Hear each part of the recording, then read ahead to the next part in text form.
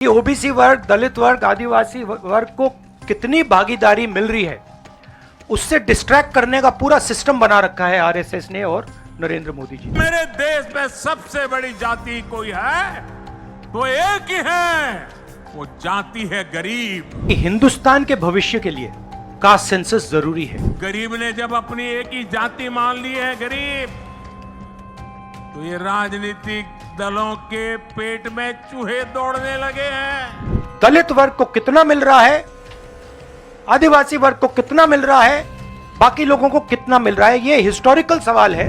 दलित और ओबीसी वर्ग को सबसे अधिक भागीदारी भाजपा ने दी है। कांग्रेस क्या कर रही है?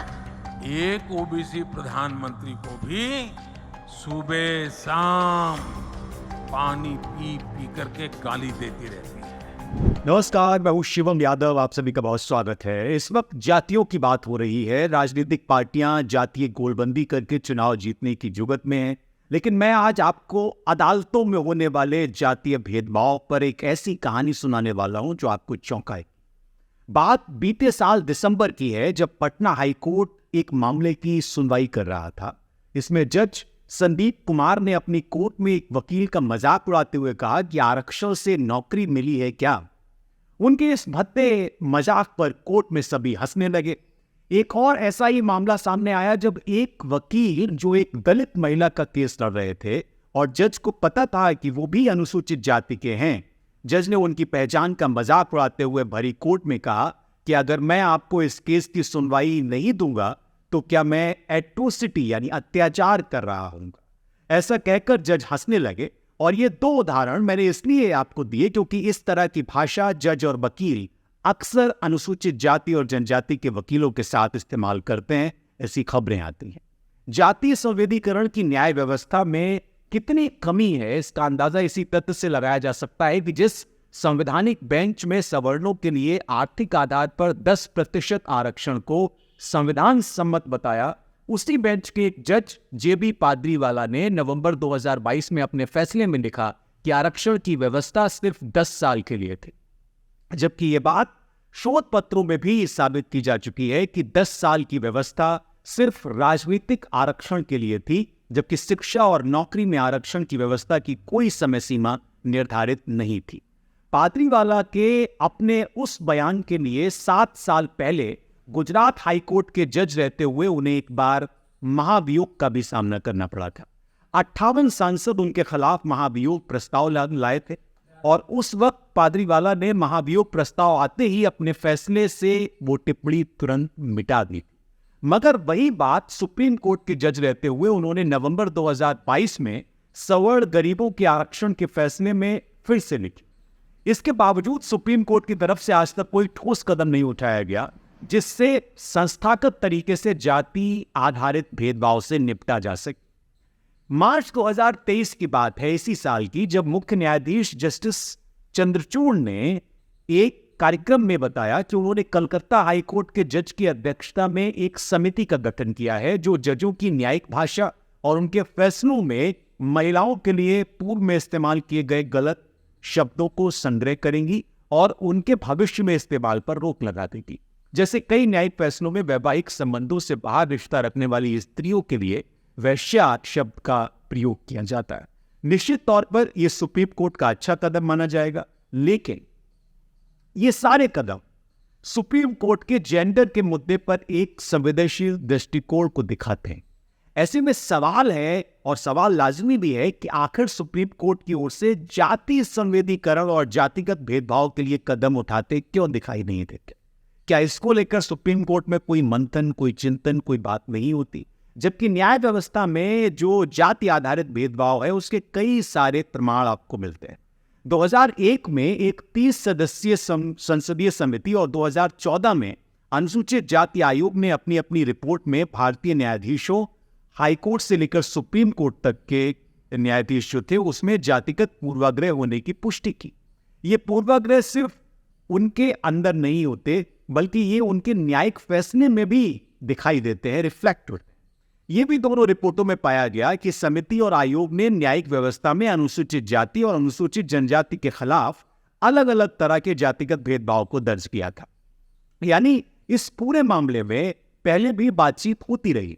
संसदीय समिति ने 2001 में संसद में अपनी रिपोर्ट रखते हुए सिफारिश की थी कि इन समस्याओं को जजों की नियुक्ति में आरक्षण की व्यवस्था लाकर दूर किया जा सकता है। यानी अगर किसी बिरादरी का जज होगा तो वो अपनी बिरादरी पर ऐसे नहीं कहेगा।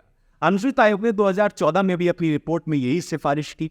और इन संवैधानिक संस्थानों की रिपोर्ट के प्रमाण के अलावा अनुसूचित जाति और जनजाति के वकीलों के खिलाफ ऊंचे जाति के जजों और वकीलों में कितनी दुर्भावना है, इसके कई प्रत्यक्ष और ताजे प्रमाण भी उपलब्ध हैं।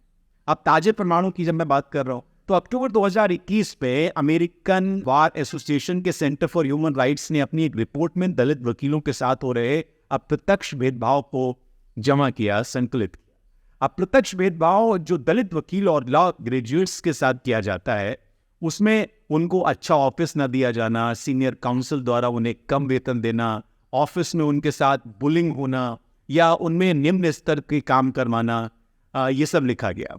रिपोर्ट महाराष्ट्र के एक शोषित वर्ग से आए वकील जो काफी सालों से कानून की प्रैक्टिस कर रहे थे, उनके अनुभव को भी दिखाती है, रिफ्लेक्ट करती है, बताती है। वो ये कहते हैं कि मुझे ऑफिस के रिसेप्शनिस्ट के बगल में बिठाया जाता था, मुझे ऐसा लगता जैसे मैं बाकी इंटर्न से कम मायने रखता हूँ।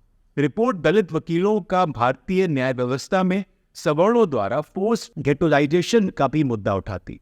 ये प्रक्रिया वैसे ही है जैसे बाकी जो दलित वकील हैं उन्होंने अपने साथ महसूस की और सार्वजनिक तौर पर बाद में उन्होंने बताया।